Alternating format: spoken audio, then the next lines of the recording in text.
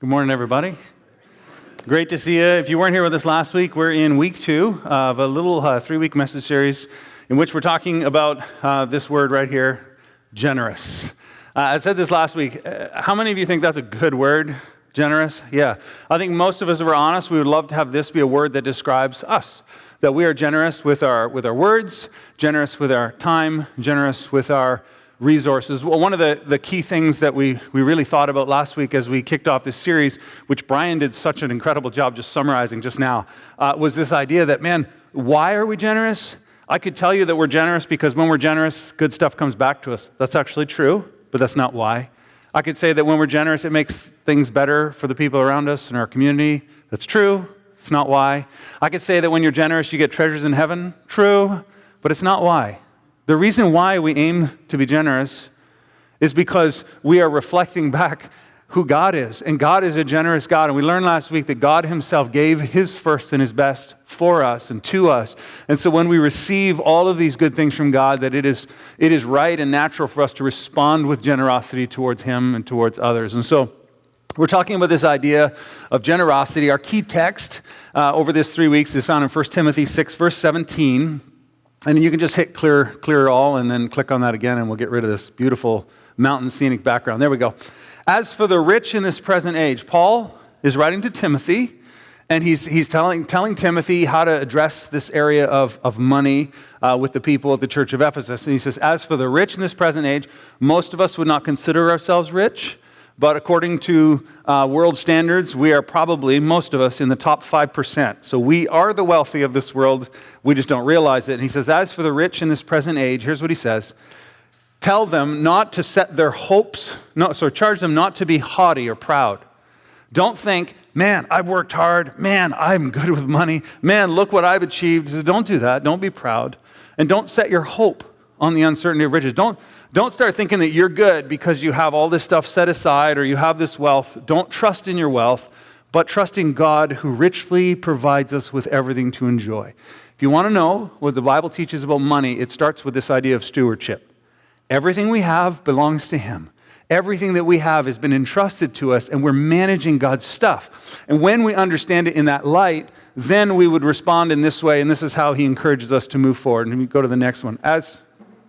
Go forward. There we go. Therefore, we are to what? Do good. To be rich in good works. To be generous, and let's all say this together. Ready to share. This is the phrase that I want to kind of zero in on this morning. Ready to share. And I really want to ask the question, does this describe me, and does it describe you? Am I ready to share? Last week, we talked about this tension that so many of us face, that we want to be generous. We want to be generous.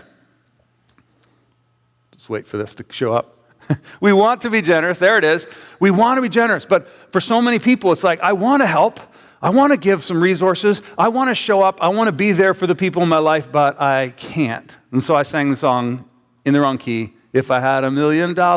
So if I had more, then I would be sharing. But we want to be generous. But here's the thing. Few people are ready to be generous. Few people are ready. And here's the thing. If you want to be a generous person, if you want to share your resources, your time, your heart with others, you actually have to have this little thing that we like to call margin, okay? And this is so important. People don't recognize that this is the key to generosity. Margin is. So let's give you a little quick definition and then I'll give you some examples. Margin is the space between our load and our limit. Did you know that all of us have a limit? We have X amount of dollars to spend. That's the limit. And we shouldn't spend everything, so there should be some margin. And so there's the load and the limit. This is true with our time. Your calendar, you have so many hours in a week, so many hours in a day. That's your limit. We want to have margin. And the margin is the space between your load and your limit. When I was a young man learning to drive, I remember the first time I went in a real sports car. Because I'd been driving in my parents' cars, and my parents' cars never had what probably a lot of our cars have now, an RPM gauge. So in your car, you'll see how fast your engine is turning. And I remember the first time I saw an RPM gauge, and as we were driving, the gauge went up. I'm like, this is awesome. And I remember looking at it, and I asked the guy, I was driving in his car with him, I was passenger, and I'm like, what's with the red line? And he said, oh, that's called the red line. And he said, when your engine goes into that, you've actually gone through the power band. So your engine has this range where it's like most powerful, all the horsepower. Once you get through it, you get to the red line. And he said, that needle can go into the red line, but it better not stay there. I'm like, ooh, interesting. He says, yeah, if you drive it there, stuff starts breaking. So if you were to go down the highway in third gear in your car, 8,000 RPM, it would not take long, stuff would start to break. And of course, you know this, you would never drive your car this way, but can I tell you something? Some of us drive our lives like that. Financially, we're like beyond our limit. Maybe emotionally, because you have an emotional limit. You can only handle so many relationships. You can only handle so many hard conversations. Some of you are like nodding. Yeah, that's true. You can only handle so much time with your in-laws. I'm kidding. I have great in-laws. But we have so much margin, and sometimes we literally drive our lives at the red line. We are like extended everywhere, and what happens? Stuff starts to break. If you went to a gym and you said, I want to get in shape, and you hired a, personal trainer, okay? I'm not a personal trainer, but I've worked out a fair bit. I know you can't tell by looking at me, but I have. And I've learned a lot about it. And I'll tell you this, no personal trainer worth their salt would tell you, when you go to the gym, try to lift the heaviest thing you can lift every time. Like you get onto that bench press and you're like, yeah, just shaking, no warm up, just get under there trying to push your maximum weight. And if you did that 3 times a week, let me tell you what would happen. Stuff would start breaking. Your shoulders, you'd tear muscles, you'd have all kinds of tendinitis. And so a good personal trainer would say, you need margin. He would say, let's take 60% of what you can lift, and we're going to lift that 10 times. And then we're going to go to 70%, and we're going to slowly work towards. So you got a limit, but we're going to operate below the limit. We're going to operate with some margin, right? So here's the thing you have to understand is that we were created for margin. Okay, God actually made us and wired us to have margin in our lives, okay? We were created to live with it. And if you are living your life and you don't have margin, I assure you, stuff will start to break. It doesn't work. I got a picture of a page, okay? Most of us, when we read a book, it looks something like this. And we don't even notice the fact that there's all this margin around the edges. That space is really, really important. These little nice breaks in between, the paragraphs. It helps us to find our place on the page. But, if publishers wanted to save paper, they could print the book like this. And you're like, oh, I don't want to read that. But they could save money. There would be less pages because they could cram more letters in. But that margin matters, doesn't it? Let me show you a picture of a living room. It's not mine. I wish it were mine. Okay?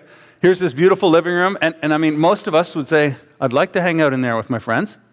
But look at all this wasted space on the floor. What's that all about? It's called margin. Most of us would not want to live in a room that looks like this. There is no margin for anything, right? It's just crammed in there.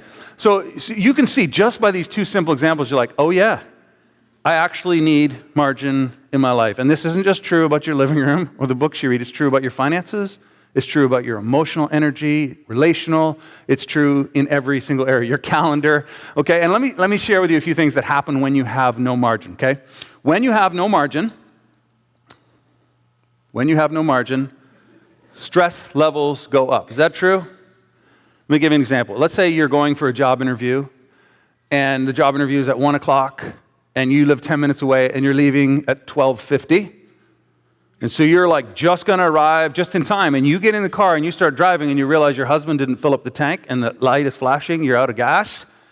And then you hit a couple red lights, and then there's an accident, and you're delayed for 5 minutes. Guess what happens to your stress levels? You're going to have sweaty pits when you go into that meeting. It's going to be embarrassing. You're going to come in late, and you're going to be like, oh man, traffic was crazy. My husband didn't fill up the car. And you're going to be blaming it on everything else. And the real problem is you didn't have margin. And so when you don't have margin, what happens? Stress levels go up. You leave your homework till the very last minute, and you're like trying to study. It's 2 a.m. That stress level is being created because of what? Lack of margin, right? This is really, really simple stuff. So stress levels go up. Here's another thing that happens. Relationships suffer. This is true. I have noticed that over the life, and I've shared some stories in the past, like when we started this church 12 years ago, I was working a full-time job running a business, and I was doing all of the church stuff on the side. I was working way too much, and I've talked about that, and over the years, I've been learning to create margin. And there were some seasons where I was not very pleasant to be around. And some of you are like, you're not pleasant now to be around, but it was worse back then, okay? And because my typical, when I'm intense and I'm tough to be around sometimes. Kids are in the front row nodding. They know this is true.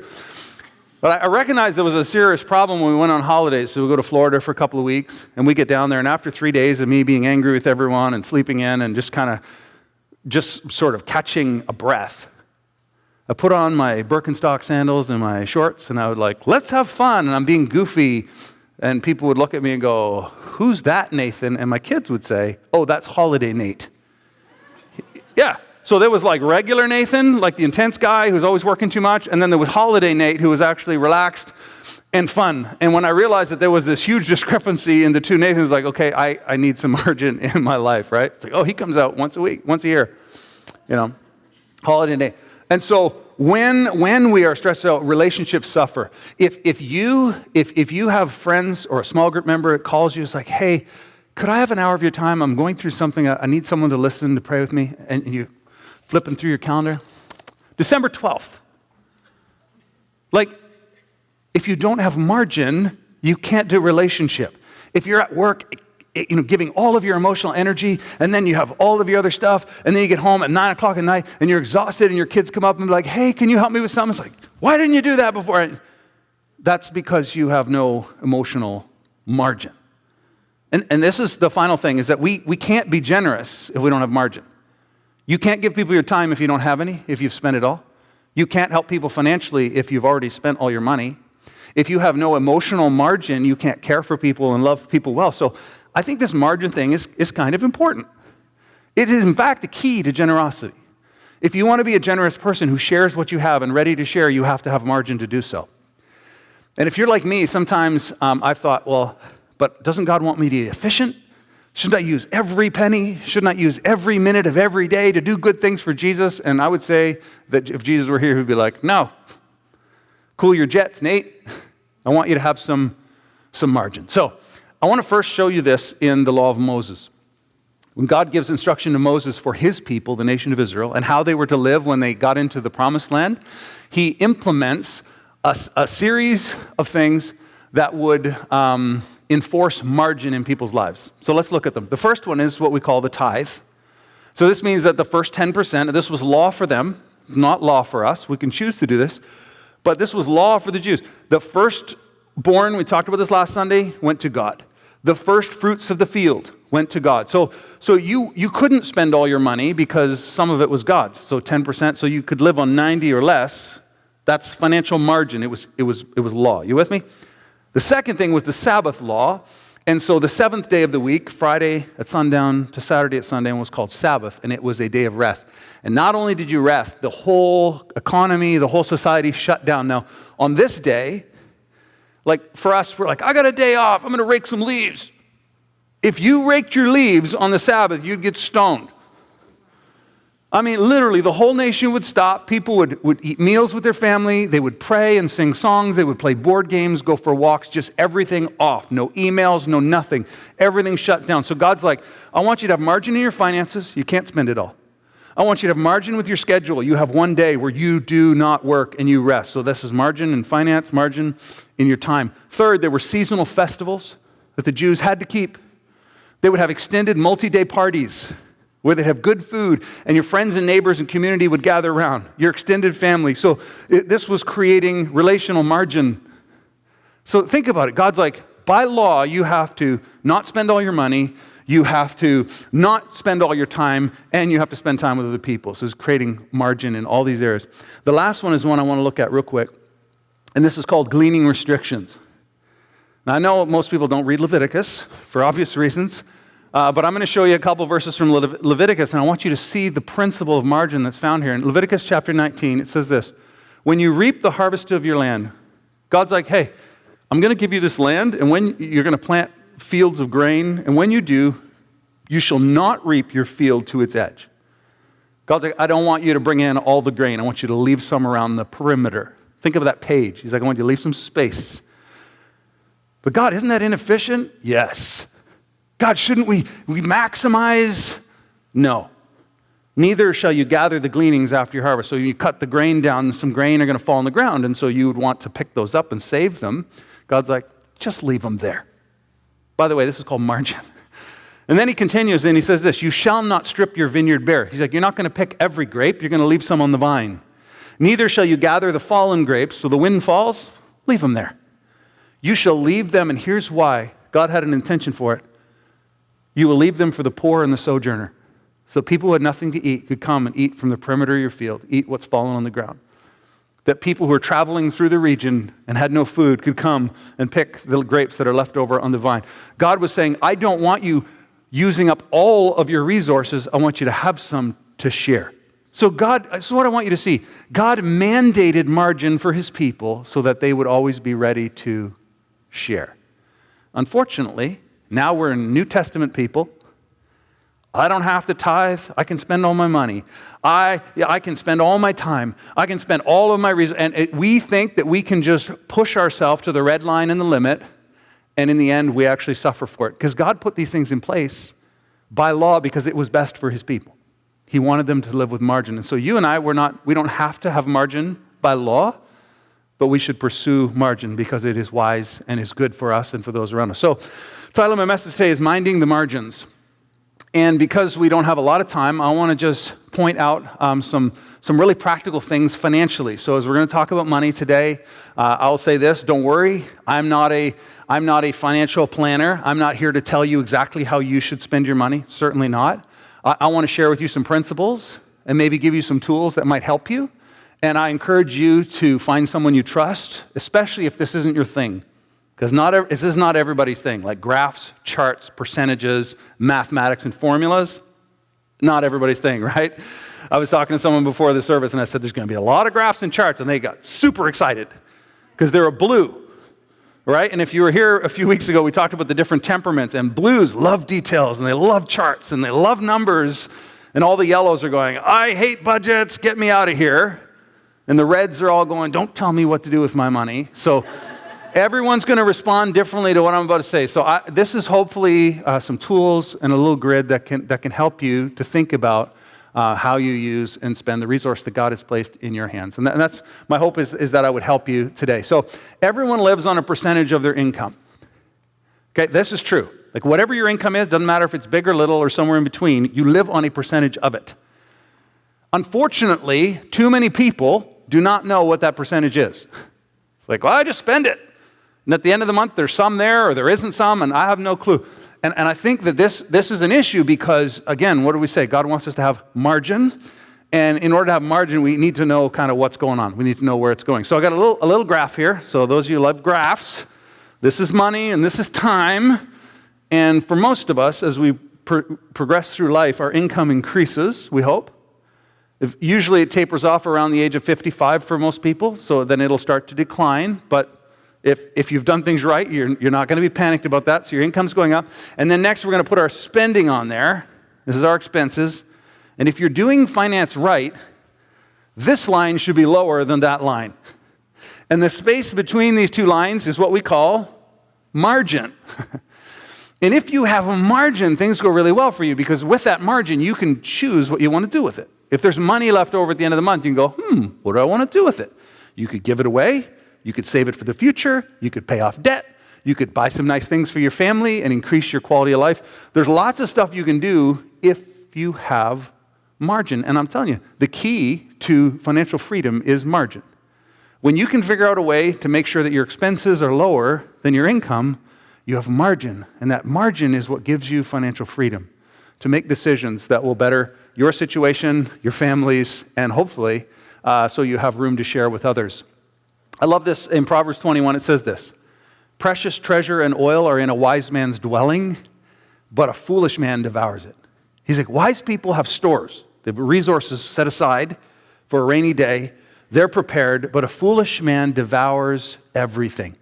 Here's a chart, and unfortunately, statistically speaking, many people in Canada are living paycheck to paycheck with zero margin, like they're $200 away from going into the red.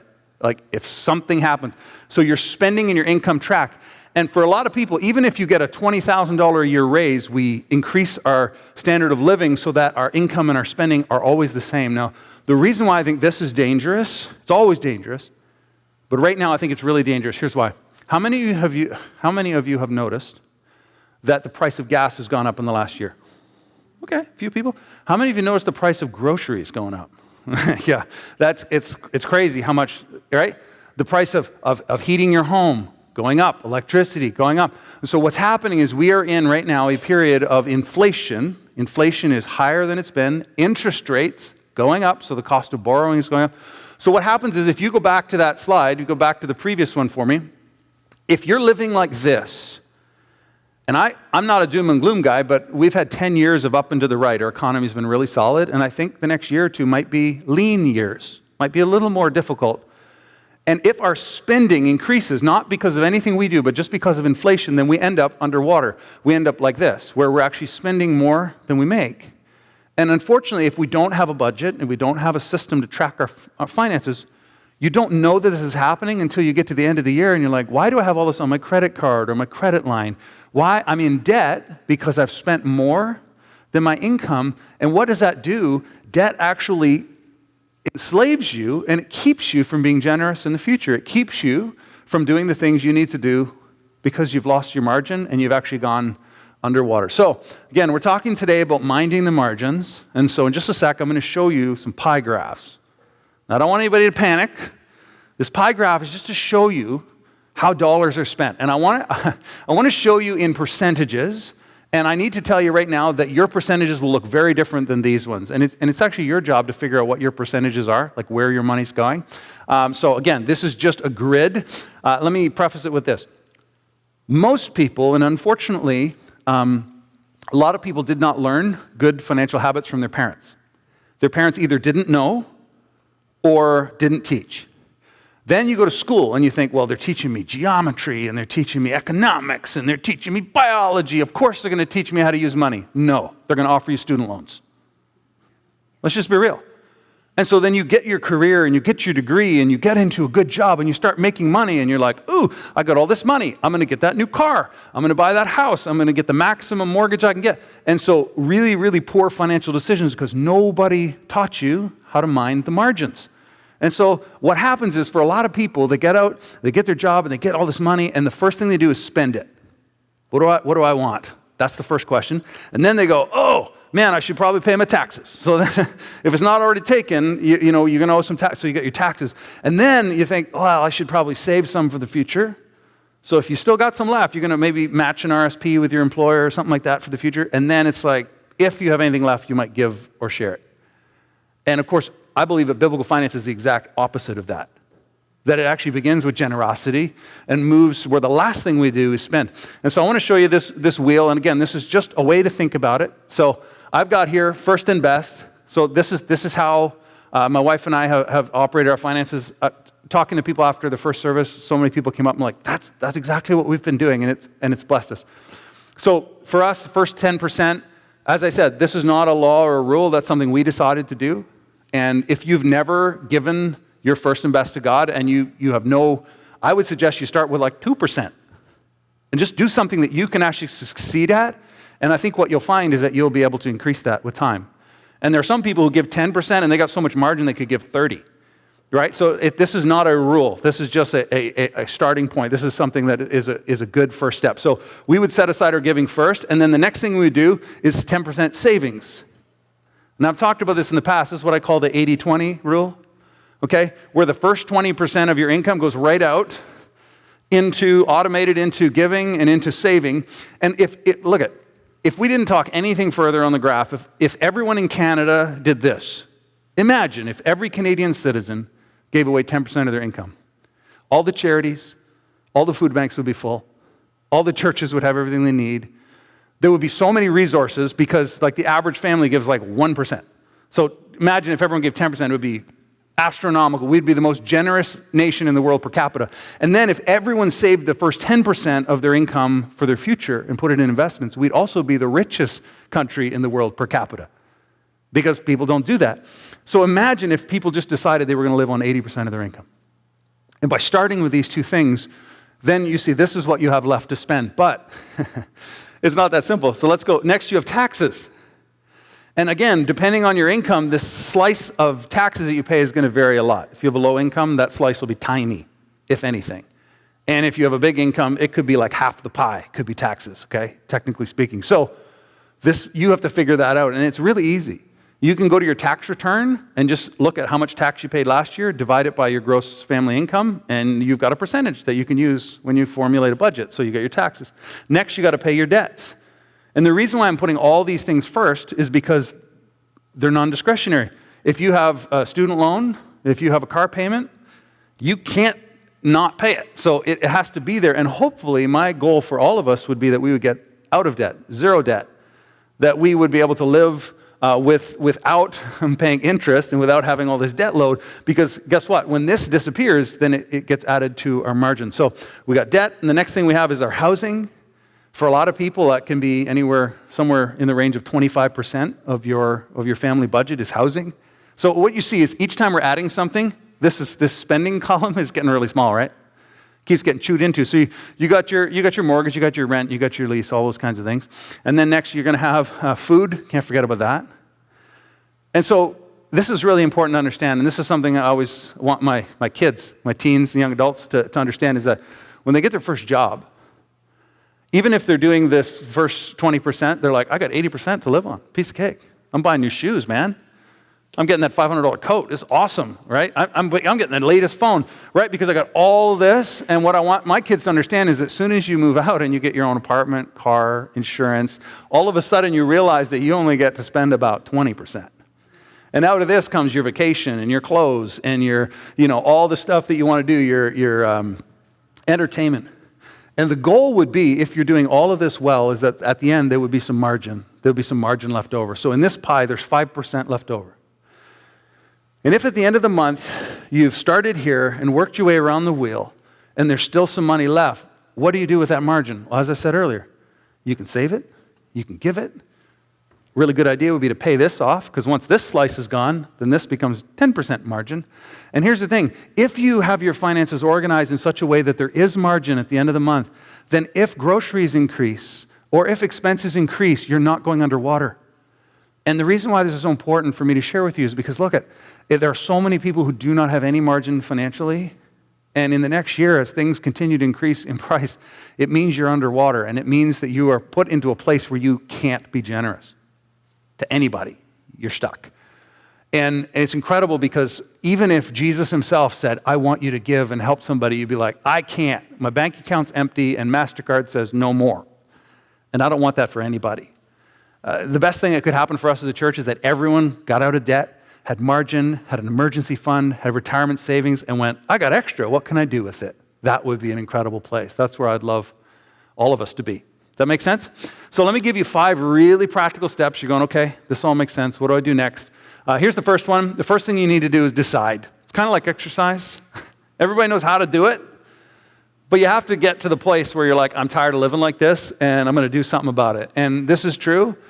For a lot of people, if you don't like budgets and you don't like crunching numbers and formulas, this can be really, really hard.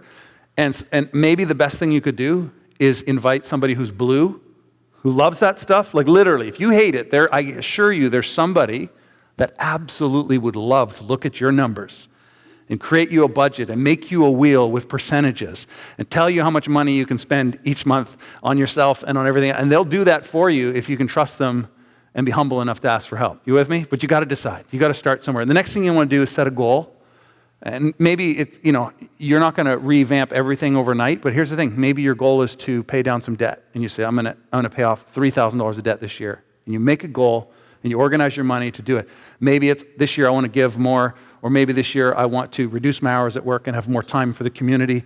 Whatever it is, you set a goal and you start making strides towards that. Next thing you're going to have to do is track your money. Everybody makes a budget, and we put all these things on and every time I make a budget, there's always something missing. Does anybody notice this?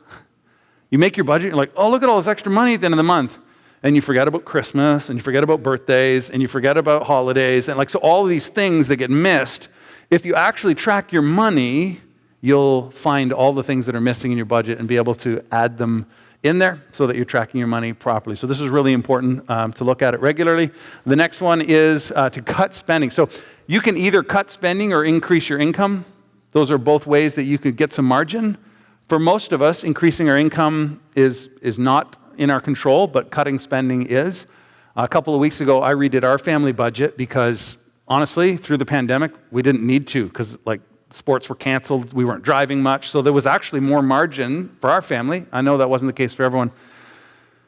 But now that everything's rolling again, it was like, whoa, where's our money going? So I had to review it all and reformulate a budget. And I saw a couple of really clear areas where we could save. And so we start to adjust now so that we don't find ourselves underwater a few months from now. Does that make sense? So I want to encourage you to do the same thing. Here's the last thing. Develop a plan. Again, I would encourage you, if you don't have a financial planner, if you don't have systems and tools for this, to make some steps towards that. In fact, later today, I'm going to send an email out. I'll just push it out to everyone in our system. That'll have some links to a budgeting tool, a spreadsheet that's free with instructions. So if you're interested in spending some time to get your finances sorted out, free tool. You're going to take some time and effort, but it'll be worth it in the end. So we'll try to share. If you're part of our church and you have access to Right Now Media, there's an entire section on finance and budgeting, and there's all kinds of resources available. So I want to kind of point you to those. Let me close out with a passage of scripture that is often misunderstood. In Luke 16, Jesus says this: "No one can serve two masters. For either he will hate the one and love the other, or he'll be devoted to the one and despise the other." He finishes with this statement: "You cannot serve both God and money." You've all heard it. Most people do not know the context of this passage. If you read Luke 16, it's the parable of the dishonest manager. So let me give you the Coles Notes version. I want to encourage you to read Luke 16 this week. Here's the Coles Notes version.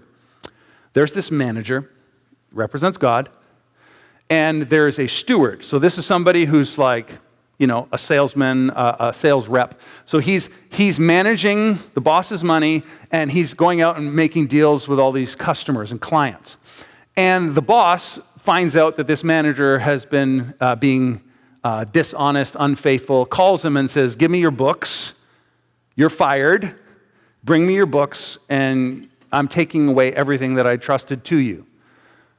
So what does the guy do? If you've ever read the parable, it's so weird. He goes out and he's like, "How much do you owe my boss?" "Oh, you owe him 100? Writes a receipt, make it 80. "Hey, how much do you owe my boss? 60? Make it 30. He's cutting everybody deals. He's giving away his boss's money. What do you think's going to happen when the boss finds out about that? I would expect the boss to be furious, right? And so as is usually the case, when Jesus tells a parable, there's usually a twist in it that doesn't make sense. And that should be the key to understanding it.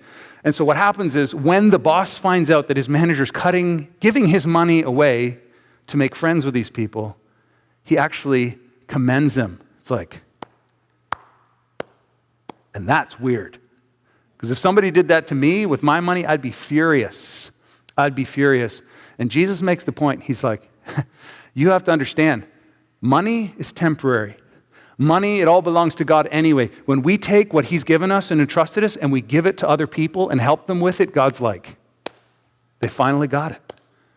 And so this context of this passage is really, really, really important. And so here's the thing. If we fail to have margin, if we fail to have a plan with our finances and our time, we cannot be generous. Why? Because we have no margin to be.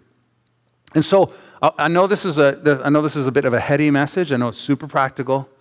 But man, if all of us made little adjustments to create margin in our time and specifically in our finances, it would actually give us the opportunity a year from now to be more generous, to help more people, and to do more for the kingdom of God. So simple, practical, but if we get this, it allows us to fuel generosity. So with that, let me pray, and then we'll turn it over to Andrew. Father, thank you for each and every person listening today.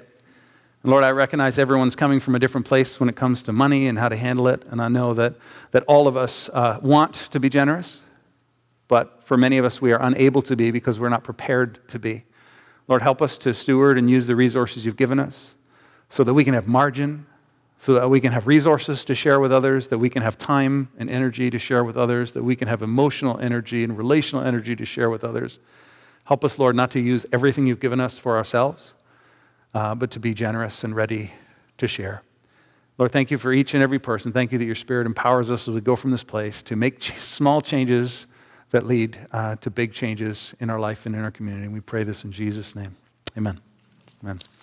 Invite Andrew to come up. Thanks, everyone.